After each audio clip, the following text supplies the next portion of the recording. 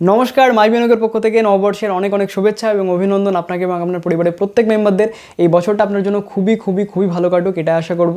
তো আজকের ভিডিওতে আমরা খুবই ইন্টারেস্টিং একটা টপিক কভার করতে চলেছি, যেখানে একটা কোম্পানির ফেয়ার ভ্যালু বা ইন্ট্রিনসিক ভ্যালু কী করে আমরা বের করতে পারবো সেই বিষয়টা নিয়ে কথা বলবো। দেখুন, আপনি যদি কমার্স ব্যাকগ্রাউন্ডে না হন, আপনি যদি রিসেন্টলি শেয়ার বাজারে এন্ট্রি নিয়েছেন বা বেশ কয়েক বছর ধরে শেয়ার বাজারে আছেন, কিন্তু এই বিষয়টা যে একটা কোম্পানির ফেয়ার ভ্যালু কী করে বের করতে পারি, প্রচণ্ড ক্যালকুলেশন, এক্সেল, এই ওই সেই, আপনি হয়তো অনেক ইউটিউব ভিডিওস ঘেটে এরকম একটা কনক্লুশনে পৌঁছেছেন যে এটা প্রচণ্ড একটা কঠিন একটা টপিক, এই বিষয় নিয়ে না ঢোকাই ভালো। টেকনিক্যাল অ্যানালাইসিস অনেক সোজা, আমি মানছি যে টেকনিক্যাল অ্যানালাইসিস অনেক সোজা, কিন্তু একটা কোম্পানির ফেয়ার ভ্যালু কী করে বের করতে হয় ফান্ডামেন্টাল অ্যানালাইসিস করে। যদি আপনি ফান্ডামেন্টাল অ্যানালাইসিস করতে বেশি পছন্দ করেন, তাহলে এই ভিডিওটা খুবই ইম্পর্টেন্ট। আর যদি আপনি ফান্ডামেন্টাল বা এত কিছু নাও বোঝেন, কমার্স ব্যাকগ্রাউন্ডে না হন, কিছু এত ফাইন্যান্সিয়াল না বোঝেন, তো আজকের ভিডিওতে একদম সিম্পল রাখবো, যাতে আপনি খুবই ইজিলি যে কোনো কোম্পানি, ব্যাঙ্কিং স্টক ছাড়া, ব্যাঙ্কিং স্টকের জন্য একটু আলাদাভাবে আমাদেরকে ফেয়ার ভ্যালু বের করতে হয়, তো ব্যাঙ্কিং স্টকগুলো ছাড়া যে কোনো কোম্পানির আপনি ফেয়ার ভ্যালু নিজের থেকে বের করতে পারবেন একদম জাস্ট কয়েক মিনিটের মধ্যে, খুব বেশি সময় লাগবে না। এত ইজিভাবে আজকের এই ভিডিওটা আপনাদের সামনে প্রেজেন্ট করার চেষ্টা করব, ঠিক আছে? কিন্তু একটাই আমার শর্ত, প্রথম থেকে শেষ অবধি আমার সাথে সঙ্গে থাকবেন। একটু যদি বুঝতে সমস্যা হয়, তাহলে একটু আবার পেছনে গিয়ে একবার দেখে নেবেন, তবে প্রত্যেকটা জিনিস একটু ক্লিয়ার করে বোঝার চেষ্টা করবেন। আর যা কিছু আমি বলবো এই ভিডিওতে, প্রত্যেকটার পেছনে লজিক রয়েছে, এবং যা কিছু আমি এই ভিডিওতে আগে বলেওছি, মানে মাই বিনোগ চ্যানেলে অনেক কিছু বিষয় নিয়ে আগে আলোচনা করেছি, সেইগুলো আপনি কনটেক্সটে বুঝতে পারবেন যে কেন আমি সেই সব জিনিসের উপর বেশি ফোকাস করতাম। আজকের ভিডিওটা ভীষণ ইন্টারেস্টিং হবে, ভীষণ ইম্পর্টেন্ট হবে প্রত্যেকের জন্য। তো চলুন আজকের ভিডিওটা শুরু করা যাক। নমস্কার, আমি Arnab, welcome back to my বিনোগ চ্যানেল। আচ্ছা, তো কোনো কোম্পানির ফেয়ার ভ্যালু বা ইন্ট্রিনসিক ভ্যালু মানেটা কি, বা এটা কেনই বা আমাদেরকে বের করা শিখতে হবে? দেখুন, এই যে ফোনটা রয়েছে, এই ফোনটা আমি 2 বছর আগে কিনেছিলাম, এটার দাম মোটামুটি 9,000 টাকা লেগেছিল। এখন এই ফোনটা যদি আমি বিক্রি করতে যাই, আর কেউ যদি বায়ার থাকে সামনে, তাহলে সে তো সব কিছু কন্ডিশনস দেখে নেবে যে এই ফোনটার কন্ডিশনস কীরকম রয়েছে, তার দরুন কত টাকা সে আমাকে প্রাইস অফার করতে পারে, দিতে পারে। যদি আমি বলি যে না, এই ফোনটা 12,000 টাকা লাগবে আমাকে, আমি কিনেছি 9,000 টাকায়, কিন্তু আমি 12,000 টাকা চার্জ করছি, বা হয়তো 8,000 টাকা 7,000 টাকা করছি, এবারে সামনে জন যে কিনছে তার কাছে যদি কোনো আইডিয়াই না থাকে যে এই ফোনটার অ্যাকচুয়াল প্রাইস কত হতে পারে, তাহলে সে তো 12,000 টাকায় কিনে নিতে পারে, আবার 8,000 টাকাও কিনতে পারে, 7,000 টাকাও কিনতে পারে, তাই না? তো ধরুন এই যে ফোনটা রয়েছে, এই ফোনটার প্রাইস আমি ধরলাম 4,000 টাকা। 4,000 টাকা আমি সেল করতে চাইছি, তো ও তো দেখবে যে 4,000 টাকায় আদার্স কোম্পানির বা এই সেম ফিচার্স যা কিছু রয়েছে এই ফোনটার মধ্যে, সেটা অন্য কোনো কোম্পানি সে পাচ্ছে কিনা, নতুন মডেল পাচ্ছে। তো এইগুলো সে রিসার্চ করে, বিচার বিবেচনা করে তারপরে ডিসাইড করে যে এই ফোনটা সে কিনবে কি কিনবে না। শেয়ার বাজারের ক্ষেত্রেও ঠিক সেম জিনিস অ্যাপ্লিকেবল। কোনো একটা শেয়ার যখন আমরা কিনতে চাই, তখন আমাদেরকে দেখতে হয় যে সেই কোম্পানির যে প্রাইস আমরা মার্কেটে দেখছি, শেয়ার বাজারে যে প্রাইসটা দেখাচ্ছে প্রত্যেক দিন 9:15 থেকে 3:30 অবধি যেটা প্রাইস ফ্লাকচুয়েট করছে, তো সেই প্রাইসটা প্রত্যেক দিন মার্কেট আমাদেরকে অফার করছে, তো সেই অফারটা আমরা নেব কি না, সেই প্রাইসটা অ্যাকসেপ্ট করবো কি না।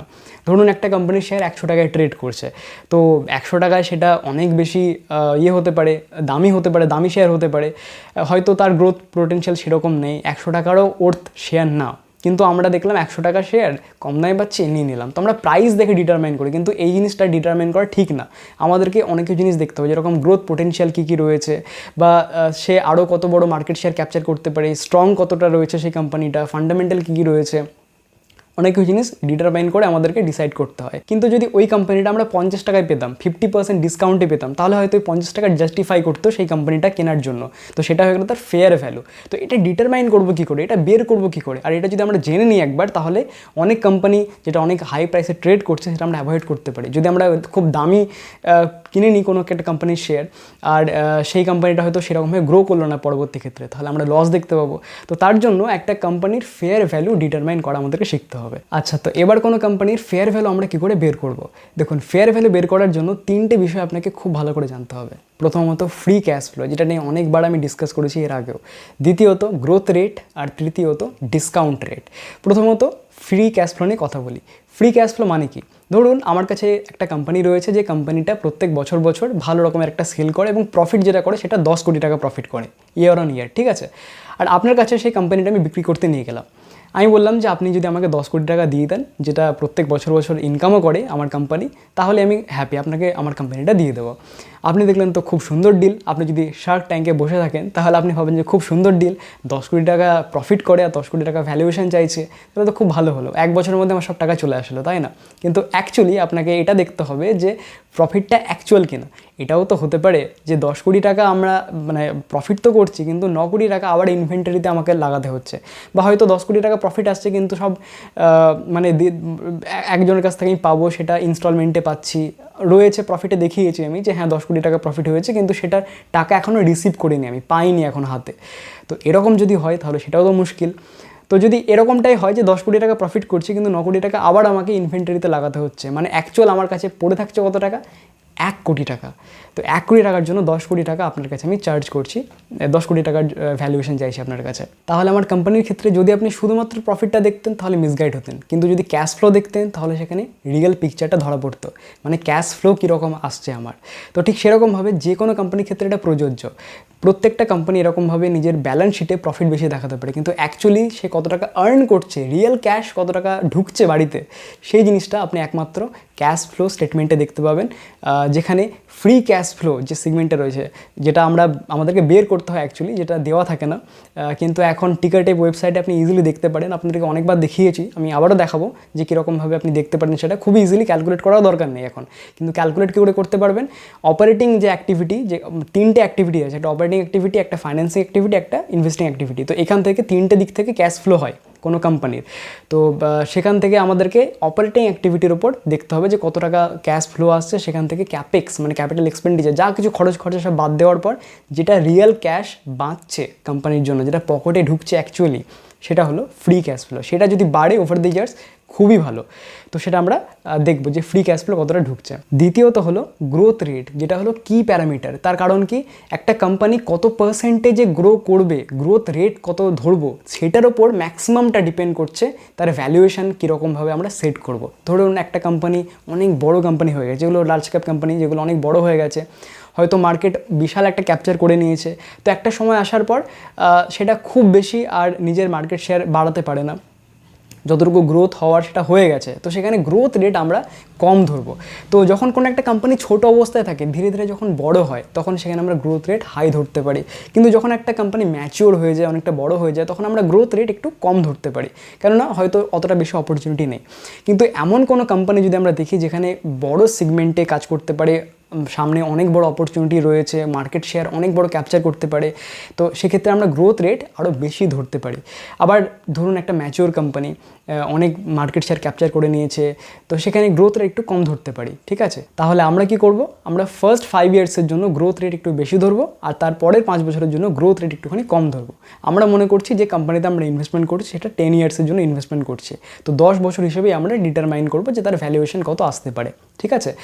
আর গ্রোথ রেট একটা কি ফ্যাক্টর হিসেবে কাজ করবে এখানে, যার জন্য আপনাকে খুব ইম্পর্টেন্ট এটা জানা যে সেই কোম্পানিটা কীভাবে কাজ করে, তার আর্নিংস কীরকমভাবে হয়, সামনে গ্রোথ পোটেনশিয়াল কী কী রয়েছে, যে সেক্টরে সে কাজ করছে সেই সেক্টরটা কত বড় সেক্টর, কত বেশি অপরচুনিটি রয়েছে, সেই কোম্পানির মোট কী রয়েছে, মানে কম্পিটেন্স কী রয়েছে, কম্পিটিটিভ অ্যাডভান্টেজ কী রয়েছে, অন্যান্য কম্পিটিটর থেকে সে কীভাবে এগিয়ে থাকতে পারে, কোন কোন প্যারামিটার তাকে এগিয়ে রাখতে পারে, তার কাছে প্রাইসিং পাওয়ার আছে কিনা, এই বিষয়গুলো সব কিছুই এই গ্রোথের ওপর ডিপেন্ড করছে। এই গ্রোথ রেটটা খুবই খুবই ইম্পর্টেন্ট, এই জন্য এই জিনিসটা আপনাকে খুব ভালো করে ডিটারমাইন করতে হবে যে আপনি গ্রোথ রেট কত ধরবেন।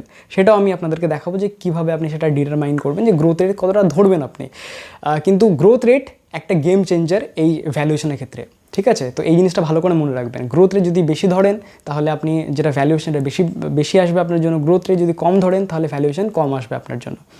তো সেই বিষয় নিয়ে পরবর্তী ক্ষেত্রে আমরা দেখব, প্র্যাকটিক্যাল এক্সাম্পল নিয়ে দেখবো শুধু, এরকম না যে আমি আপনাকে থিওরি সব বুঝিয়ে যাবো, প্র্যাকটিক্যাল এক্সাম্পল নিয়ে দেখবো কীভাবে এটা হয়, কীভাবে আপনার কোম্পানির আসল ভ্যালুয়েশন করতে পারবেন।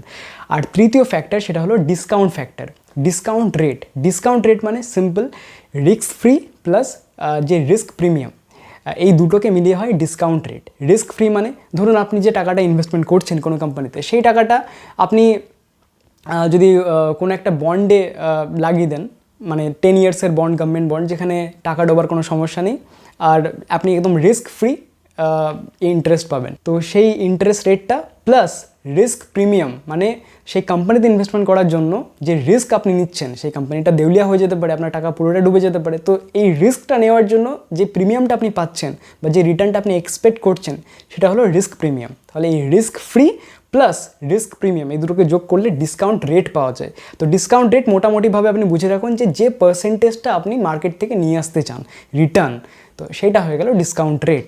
তো ধরুন এটা আমরা যদি অ্যাজিউম করি, এখনকার যে 10 ইয়ার্স গভর্নমেন্ট যে বন্ড ইল্ড সেটা আপনাদেরকে দেখতে হবে যে মোটামুটি 7%-এর কাছাকাছি চলছে। আর ডিসকাউন্ট রেট আপনি মানে যেটা রিস্ক প্রিমিয়াম সেটা আপনি ধরলেন আরও 7%, তো 14%, 15% আপনি ডিটারমাইন করলেন যে এত পার্সেন্ট আমি রিটার্ন চাই। তার থেকে বেশিও আসতে পারে, যদি আপনি খুব সস্তায় পেয়ে যান তাহলে সেটা আরও বেশি 16%, 17% নিয়ে আসতে পারে। তো সেটা ডিপেন্ড করছে আপনার ওপর যে আপনি কীরকম ডিসকাউন্ট রেট নিয়ে আসতে চান মার্কেট থেকে। আপনি হতে পারে একটু বেশি রিটার্ন নিয়ে আসতে চান, 20% রিটার্ন নিয়ে আসতে চান, তো সেরকম অনুযায়ী আপনি ডিসকাউন্ট রেট বসাতে পারেন। সেটা পুরোপুরি আপনার উপর ডিপেন্ড করছে।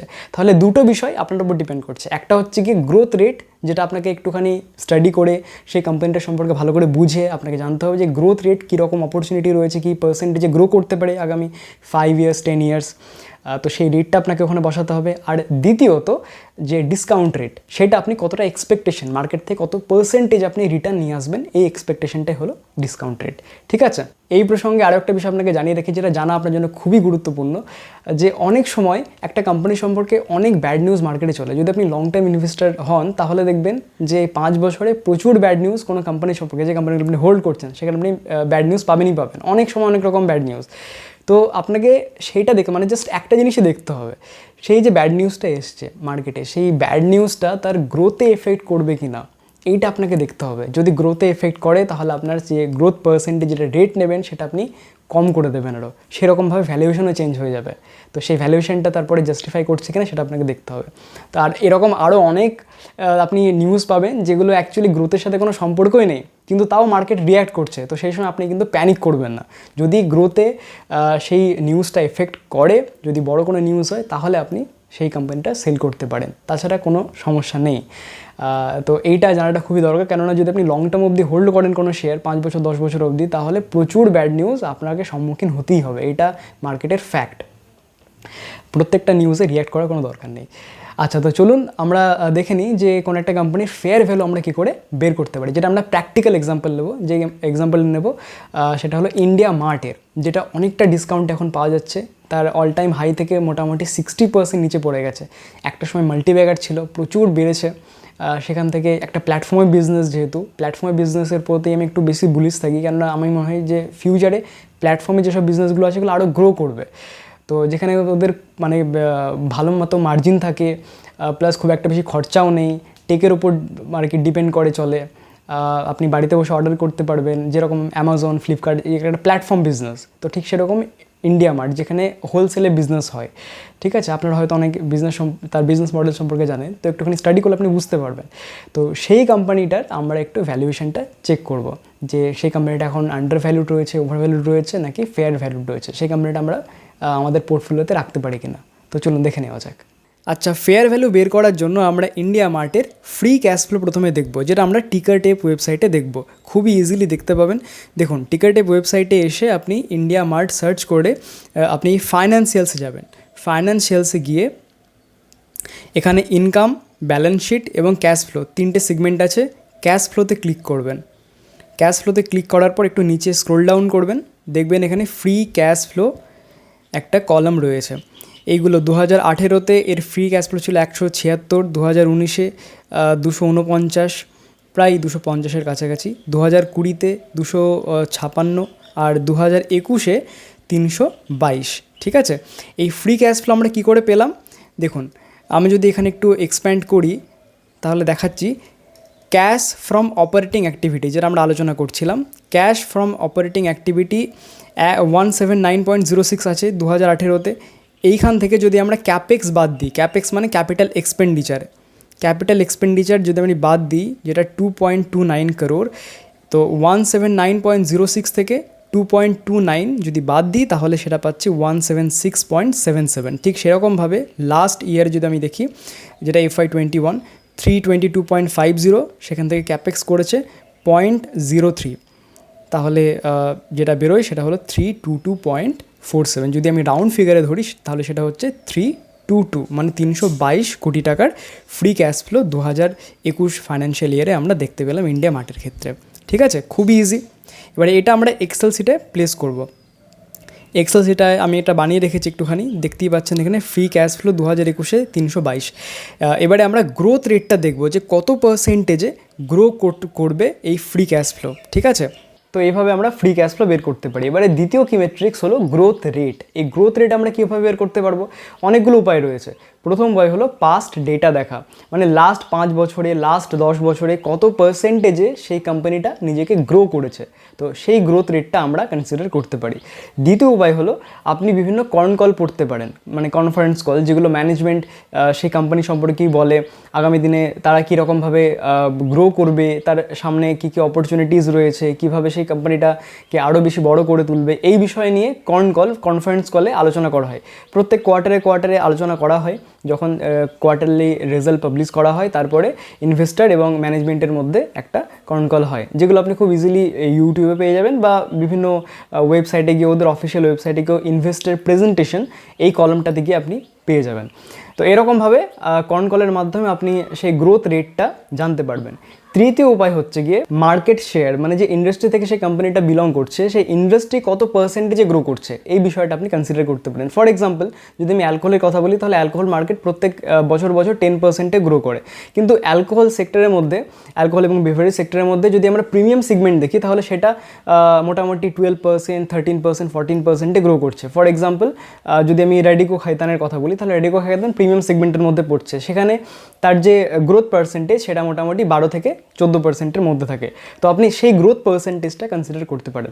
কিন্তু বিভিন্ন কোম্পানির ক্ষেত্রে এবং বিভিন্ন সেক্টরের ক্ষেত্রে গ্রোথ পার্সেন্টেজ একটু আলাদা আলাদা হয়, তো সেই বিষয়টা আপনাকে দেখতে হবে। তো সবথেকে ইজি ব্যাপার, যদি আপনি গ্রোথ রেট চান, তাহলে হিস্ট্রি, পাস্ট যে ডেটা, সেটা থেকে আপনি করতে পারেন, বা আপনি একটু কনজারভেটিভভাবে সেই পার্সেন্টেজটা নিতে পারেন। মোটামুটি 10%-এ আপনি নিতে পারেন, 10%, 12%-এর মধ্যে নিতে পারেন।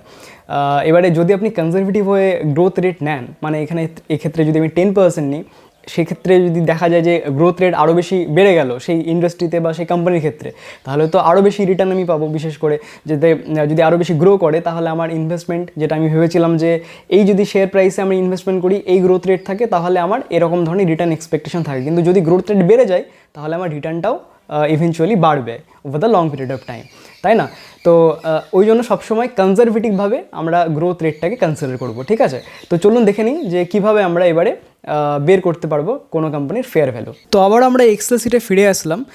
গ্রোথ রেট এখানে আমরা কনসিডার করছি মোটামুটি 15%-এর কাছাকাছি। যদিও small cap company, growth opportunity অনেক বেশি রয়েছে, কিন্তু একটুখানি কনজারভেটিভ হয়ে আমরা গ্রোথ রেট এখানে কনসিডার করছি 15%। ঠিক আছে, তো এখানে 15% করে দেবো, 15%, এখানেও 15%। তো যে প্রথম 5 বছর, সেই 5 বছরে আমরা অ্যাজিউম করছি যে 15% করে গ্রো করতে থাকবে, আর এখানে 15%। আর তারপরে মানে 2027 থেকে এটা 10%-এ গ্রো করবে। আরও একটু কনজারভেটিভ হয়ে গেলাম, 10%-এ এই কোম্পানিটা গ্রো করবে। ঠিক আছে,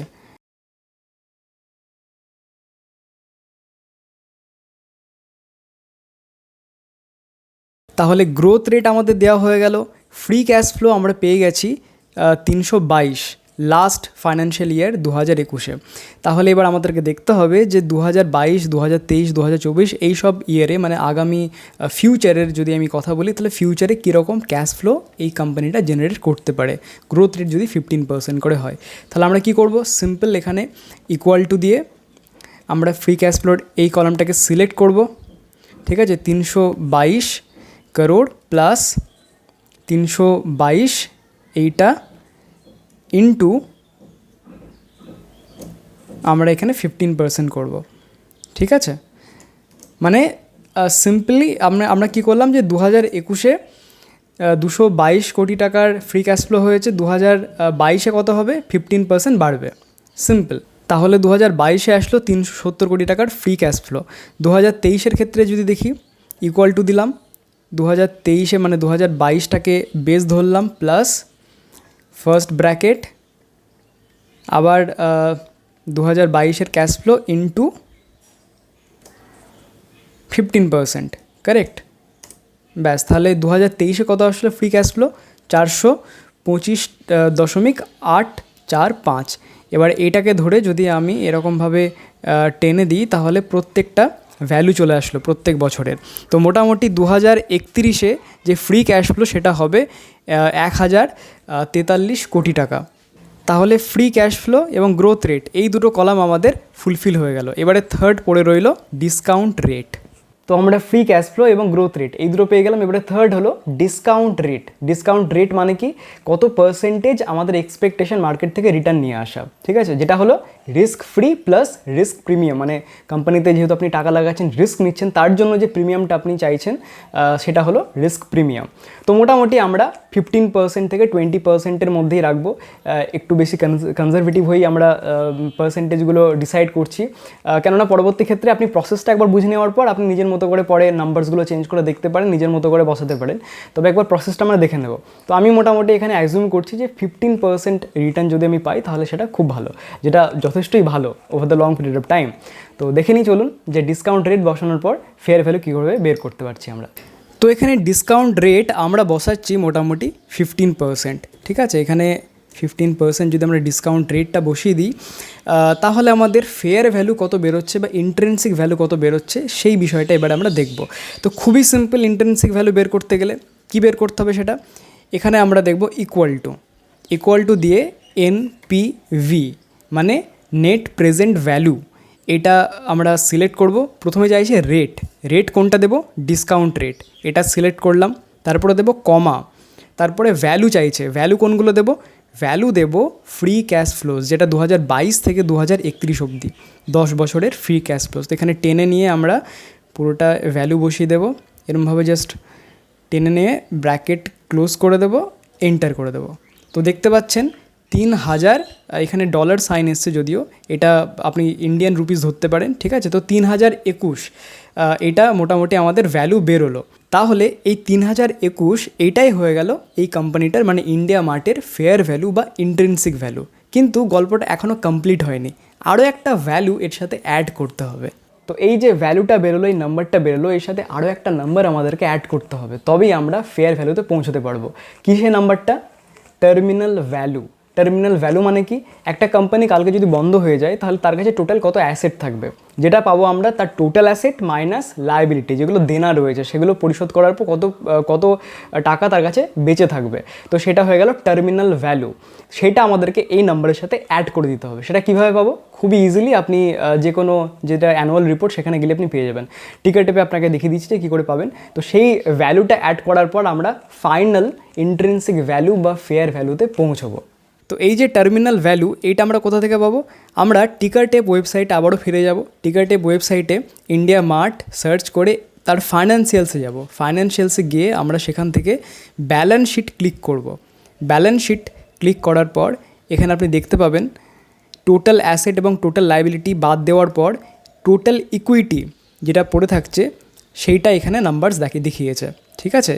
যদি আমরা FY 2021-এর কথা বলি, লাস্ট ইয়ারের কথা বলি, তাহলে টোটাল ইকুইটি 1610.89, মানে আমরা বলতে পারি 1611 যদি আমরা রাউন্ড ফিগার ধরি। তো এই নাম্বারটা আমাদের টার্মিনাল ভ্যালুতে অ্যাড করে দেব।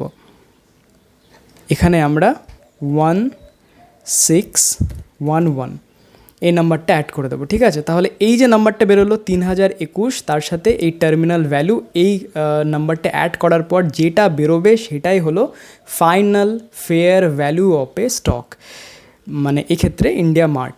তো ইকুয়াল টু আমরা দেবো, ইকুয়াল টু দেওয়ার পর এই ভ্যালুটা প্লাস এই ভ্যালুটা ইকুয়াল টু দিলাম, সেটা বেরোলো 4632 টাকা।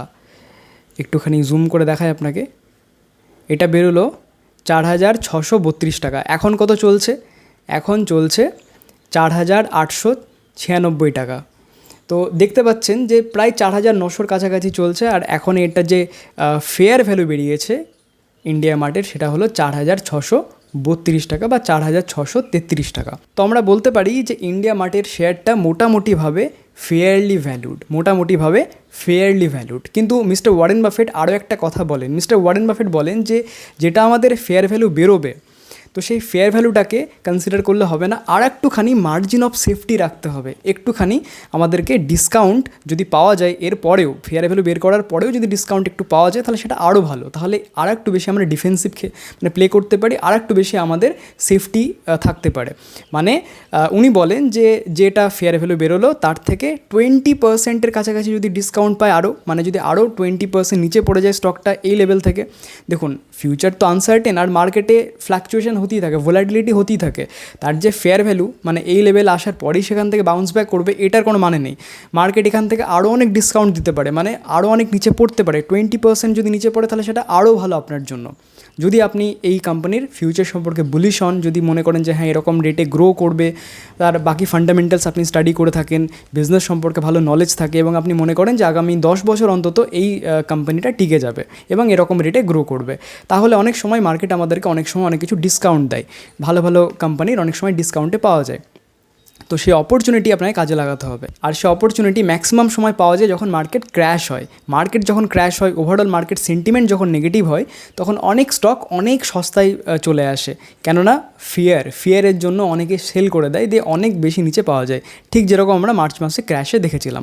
তো এই ক্ষেত্রে আমরা কী করব, এক্ষেত্রে এই যে নাম্বারটা বেরোলো 4632, এখান থেকে 20% যদি ডিসকাউন্ট আমরা কনসিডার করবো, বা আপনি নিজের ইচ্ছে মতো পার্সেন্টেজটা কনসিডার করতে পারেন, আপনি চাইলে 10%, 15% করতে পারেন, কিন্তু মিস্টার ওয়ারেন বাফেট বলেন যে আমি মোটামুটি 20% ডিসকাউন্টে দেখি। তো এখান থেকেও 20% ডিসকাউন্ট, মানে এইটা যদি দেখি, এই নাম্বারটা ইন্টু 20% যদি আমরা করি, তাহলে 926 টাকা আরও ডিসকাউন্ট উনি চান আর কি। তো ইকুয়াল টু যদি দেবো, ইকুয়াল টু এইটা মাইনাস এই ভ্যালুটা, তো মোটামুটি 3706 টাকার কাছাকাছি যদি এই কোম্পানিটার শেয়ার পাওয়া যায়, তাহলে মিস্টার ওয়ারেন বাফেট বলেন যে খুবই সস্তা এবং এই সময় আমাদের বাইং করা উচিত। যদি আপনি এই স্টক সম্পর্কে মানে গ্রোথ সম্পর্কে বা ফিউচার সম্পর্কে আপনি পজিটিভ থাকেন, তাহলে এই স্টকটা তাহলে এই প্রাইসে দারুণ একটা ভ্যালু আমাদেরকে প্রোভাইড করবে, যেটাকে বলা হয় ভ্যালু বাইং। তো এখন আপাতত আমরা ডিসকাউন্টেড ক্যাশ ফ্লো মেথড যেটা আমরা দেখলাম, সেখান থেকে বুঝতে পারছি যে ইন্ডিয়া মার্টের এই স্টকটা মোটামুটি এখন ফেয়ারলি ভ্যালুড, কিন্তু যদি ইন্ডিয়া মার্টের শেয়ারের প্রাইস 3700-র কাছাকাছি আসে তাহলে আমরা আন্ডার ভ্যালুড স্টক বলতে পারি, আবার যদি 4632-এর কাছাকাছি আসে তাহলে এটা ফেয়ারলি ভ্যালুড বলতে পারি, আর এর থেকে যদি প্রাইস বেশি হয় তাহলে সেটা ওভার ভ্যালুড বলতে পারি। কিন্তু আমাদেরকে দেখতে হবে অনেক সময় ওভার ভ্যালুড কিন্তু হয় না, কেননা যদি গ্রোথ রেট আমরা এখানে বাড়িয়ে দিই, ধরুন এখানে আমরা 20% হিসেবে গ্রোথ রেট যদি কনসিডার করি, তাহলে দেখুন কীরকমভাবে প্রাইস চেঞ্জ হচ্ছে। এখানে যদি আমরা 20% করি, দেখছেন তো কীরকমভাবে প্রাইস চেঞ্জ হয়ে যাচ্ছে এবং বাড়ছে, যেটা আমরা ইন্ট্রিনসিক ভ্যালু বলছিলাম 4500-এর কাছাকাছি, সেখানে দেখুন 5000 কাছাকাছি চলে গেছে ইন্ট্রিনসিক ভ্যালু। তো যেরকম আপনি গ্রোথ চেঞ্জ করবেন, গ্রোথ রেট চেঞ্জ করবেন, সেরকম এই যে প্রাইস এটা বাড়তে থাকবে। তো আপনার গ্রোথের ওপর মেন ফোকাস করবেন যে কোম্পানিটা আগামী দিনে কতটা বেশি গ্রো করতে পারে, তার কী কী অপরচুনিটিস রয়েছে, যার জন্য একটা কোম্পানির বিজনেস মডেল জানা বা তার কী কী মানে কম্পিটিটিভ অ্যাডভান্টেজ রয়েছে, মোট কী রয়েছে, অন্যান্য কম্পিটিটর থেকে কী করে সে তার প্রোডাক্ট এগিয়ে রাখতে পারে, কীভাবে সেলস বাড়াচ্ছে, অপরচুনিটি কী কী রয়েছে, এই সব বিষয়গুলো ভালো মতো করে স্টাডি করতে হবে। প্রথমে বিজনেস আন্ডারস্ট্যান্ড খুবই ইম্পর্ট্যান্ট, তারপরে ভ্যালুয়েশন। ঠিক আছে, আশা করি আপনাকে আমি বোঝাতে পারলাম। তো এই যে মেথডের মাধ্যমে আমরা কোনো কোম্পানির ফেয়ার ভ্যালু বের করলাম, এটাকে বলা হয় ডিসকাউন্টেড ক্যাশ ফ্লো মেথড। এর মানে কি, ফিউচারে সেই কোম্পানিটা যেসব ক্যাশ ফ্লো করবে বা আর্নিং করবে সেগুলোকে আমরা ডিসকাউন্ট করছি প্রেজেন্ট ভ্যালুতে। This is called discounted cash flow method, যেটা খুব বেশি কমন এবং ওয়াইডলি ইউজড আর খুব রিলায়েবল। কেননা একটা কোম্পানি কত পার্সেন্ট যে গ্রো করবে, তার আর্নিং কীরকম হবে, ক্যাশ ফ্লো কীরকম আসবে, সেগুলোর ওপর ডিপেন্ড করছে এর ভ্যালুয়েশন।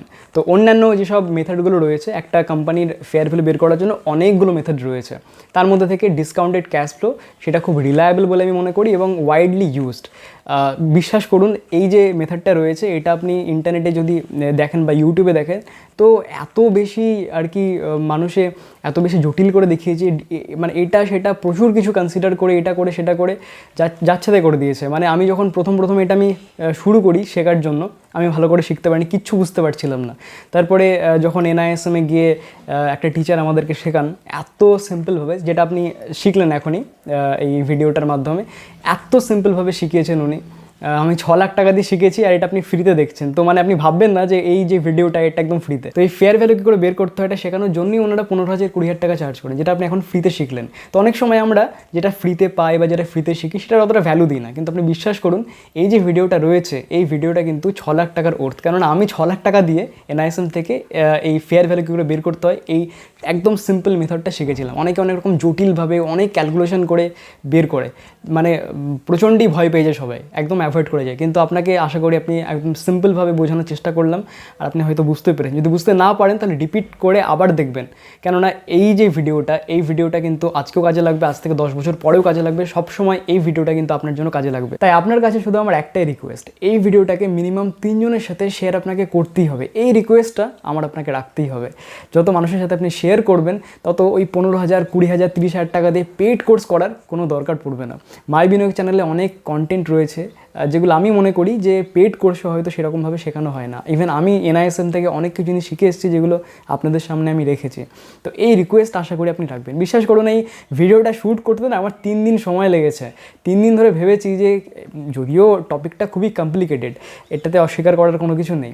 সবসময় মনে হচ্ছে এরকমভাবে বললে হয়তো আপনারা ভালো করে বুঝতে পারবেন, ওরকমভাবে বললে হয়তো আরও ভালো করে বুঝতে পারবেন। তো এই যে ভাবনা চিন্তা যে কীরকমভাবে আমি বলবো এই প্রেজেন্টেশনটা ভাবতে ভাবতে আমার 3 দিন সময় লেগেছে, যার জন্য অনেকটা দেরি হয়ে গেছে এই ভিডিওটা শ্যুট করে আপনাদের সামনে রাখতে। তো আমি জানি না যে আপনাকে কতটা বোঝাতে পেরেছি। যদি আপনি মনে করেন যে আমি পরীক্ষায় উত্তীর্ণ হয়েছি, আপনাকে আমি বোঝাতে পেরেছি, সহজভাবে বোঝাতে পেরেছি, বুঝতে পেরেছেন আপনি, তাহলে ভিডিওটাকে আপনি লাইক করবেন। আপনি লাইক করলে আমি বুঝে যাবো, আপনার যে বার্তা আমার কাছে পৌঁছে যাবে যে হ্যাঁ আমি পরীক্ষায় উত্তীর্ণ হতে পেরেছি। চলুন এটা টার্গেট দিই 5,000 যদি লাইক হয় তাহলে আমি পরীক্ষায় উত্তীর্ণ হয়েছে। যদি 5,000 লাইক না হয় তাহলে ভেবে নেবো যে আমি আপনাকে হয়তো ভালো করে বোঝাতে পারিনি। তো আপনার ভোট অবশ্যই দেবেন যে আপনি ভালো করে বুঝতে পেরেছেন কিনা। যদি না বুঝতে পারেন আরও একবার রিপিট করে দেখে নিন, আশা করছি সেকেন্ড টাইম দেখার পর আর কোনো সমস্যা হবে না। খুবই ইম্পর্টেন্ট টপিক, একটুও কিন্তু মানে নেগলেক্ট করবেন না বা একদম গা ছাড়াভাবে যাবেন না। এটা কিন্তু ভালো করে একটু শিখে নেবেন, তাহলে লং টার্মে আপনার খুবই কাজে লাগবে। আজ থেকে না হোক, আজ থেকে 2 বছর পর, 3 বছর পর, 10 বছর পর, যখন সময় আপনি মানে ভালোভাবে পাকাপোক্ত হয়ে যাবেন শেয়ার বাজারে, এই বিষয়টা সারা জীবনের জন্য আপনার কাজে লাগবে। আর যদি আপনি এই DCF ছাড়া আরও অনেক অন্য মেথড রয়েছে, সেই মেথড সম্পর্কে জানতে চান যে কীভাবে আমরা একটা কোম্পানির ফেয়ার ভ্যালু বের করতে পারি, তাহলে এই ভিডিওর কমেন্টে fair value of A stock part 2 এইটা লিখে আপনি কমেন্ট করতে পারেন, তাহলে আমি বুঝে যাবো যে আপনি আরও অনেক মেথড সম্পর্কেও জানতে চান। যদি আপনি ব্যাঙ্কিং স্টক কী করে ভ্যালু করতে হয়, যেটা এই মেথডের থেকে একদম ডিফারেন্ট, ব্যাঙ্কিং স্টক কী করে ভ্যালু করতে হয় সেই বিষয়টা নিয়ে জানতে চান, তাহলেও আপনি ভিডিওর কমেন্টে লিখতে পারেন যে fair value of A banking stock, তাহলে বুঝে যাবো যে আপনি ব্যাঙ্কিং স্টকের ওপর ভ্যালুয়েশন কীভাবে করতে হয় সেটা আপনি জানতে চাইছেন। তো আশা করছি আজকের এই ভিডিওটা আপনার ভালো লেগেছে, আর যে রিকোয়েস্ট আমি করেছি সেটা রাখবেন আর আপনার ভোটটা অবশ্যই দেবেন। তো দেখা হচ্ছে আরও একটা নতুন ভিডিওতে। ভালো থাকবেন, সুস্থ থাকবেন, নমস্কার।